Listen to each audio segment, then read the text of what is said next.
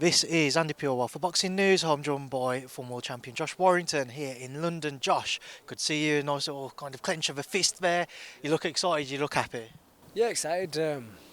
It's been a mental 24 hours. I've tried to explain to you my emotions and what mate's been up less 24 hours. I don't even know where I'd start.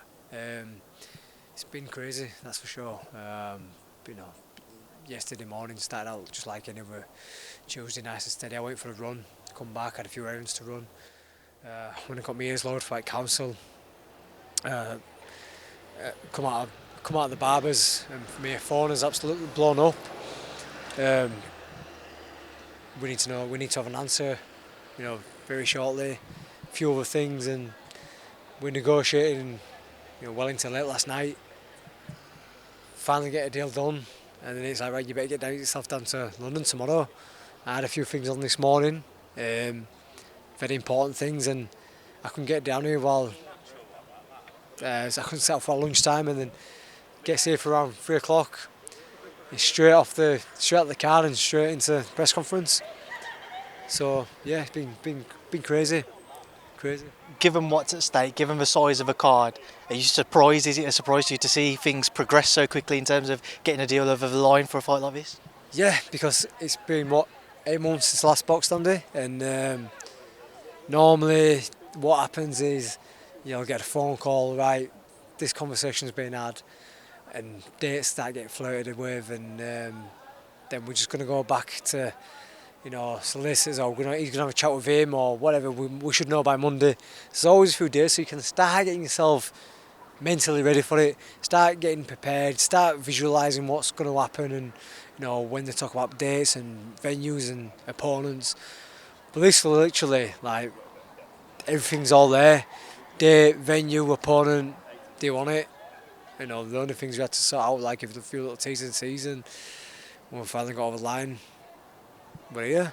I'm fighting for the world title again. We had a brief chat there when we was walking over from the hotel. Obviously, you've got not great memories from your previous experience of staying at that hotel from a Mauricio Lara fight. You was down here previously for the Leeds versus Southampton playoff final, walking up those steps behind you. Not a great time in Wembley, Josh. Oh no, mate, no. I need to listen. It comes in threes, doesn't it? So hopefully make it better. On the third time. Leeds have never won the playoff finals, and I've seen Leeds lose twice here. I think it's Doncaster Rovers back in, I think it was 2008, and obviously earlier this year as well. So yeah, I'm staying in the Hilton Hotel, the same one where I stayed during that bubble. Crazy times. And I'd obviously had my first loss, and not only a loss, a brutal knockout loss as well. But I'm in good spirits. I have been most of the years. It's been frustrating in trying to get fat over the line, but I've just been in the gym constantly. I'm in great shape, and if this fight were to be in 4 weeks, I could do it.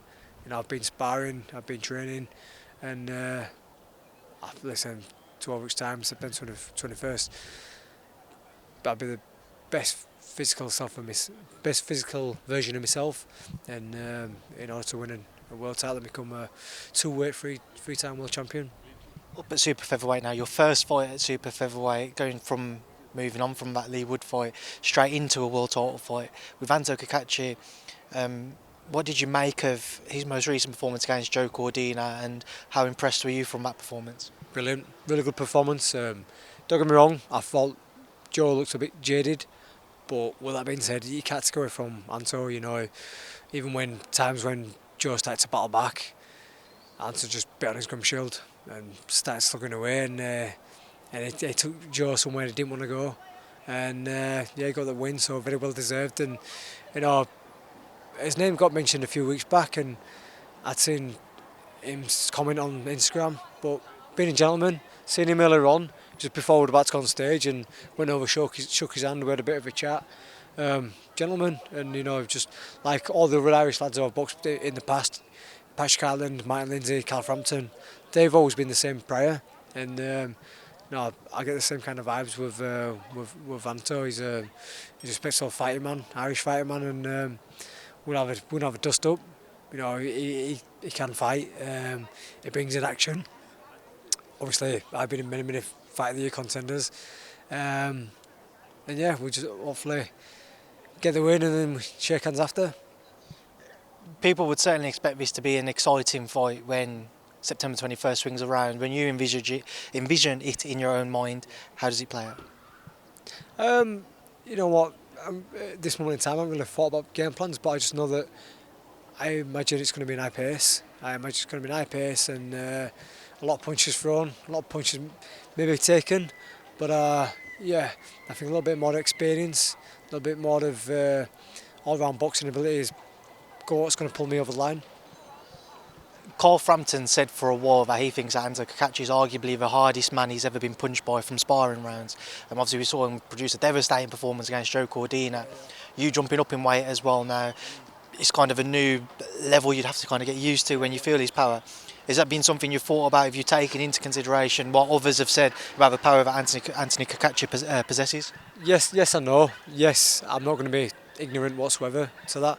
But no, because sparring, you know, I know lads who fight at 9 stone and spar at touching 11.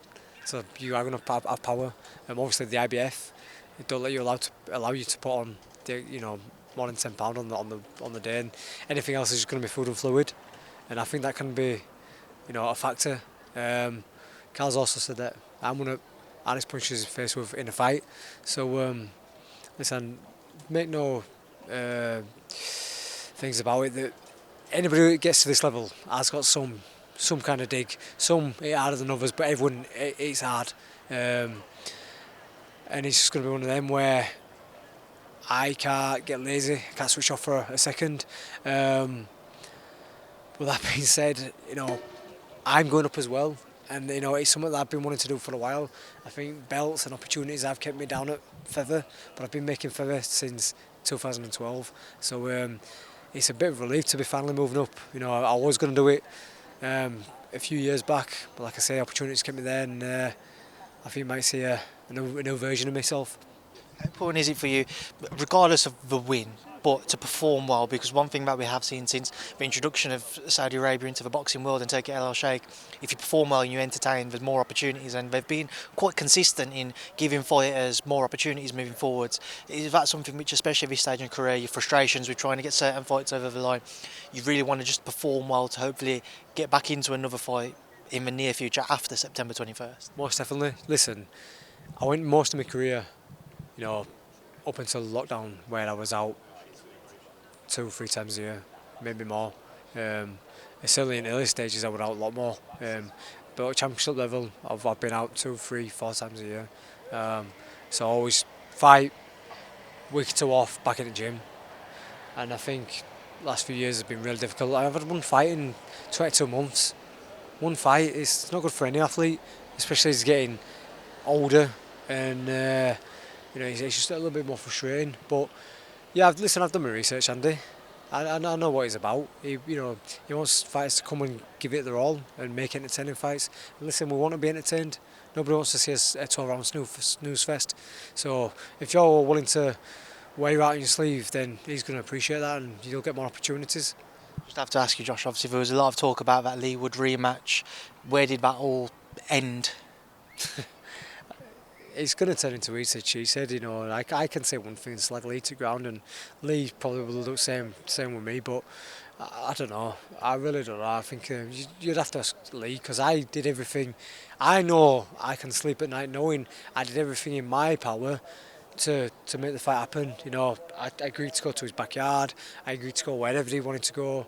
I agreed to take less money, then agreed to take even more less money. I did what I could, and I was desperate for it. He still tried goading me. Fucking a week could go by without nothing. Then I'll put something on social. If you want it that bad, then fucking make it happen. I ain't just going to be that much of a prick that you keep tormenting. I didn't even really fucking mention them on socials though. Yeah, I've had a bit of fun here and there, but then since that, he's always constantly fucking going at it. So I don't understand it, because, like I say, been a bit of a fucking cunt about it, innit? So yeah. Josh, we'll leave that there now. Obviously, yeah. I look forward to seeing you, and as the weeks progress and we move towards Championship season again, West Brom Leeds, second game of the season at the Hawthorns. Are you going to venture over? Yeah, I may do. I may do. So obviously, this is priority. I'll be watching. I'll be watching. No mixed girls for you then. I don't know if you've been seeing me taking everybody to this place for a mixed girl, an Indian mixed girl, but I don't think you'll be able to allow one. I'll hold you to it for after next one. It's on you. 100% it is on me. It seems to be the way now. But thank you, Josh. Cheers, Andy. Thank you, mate.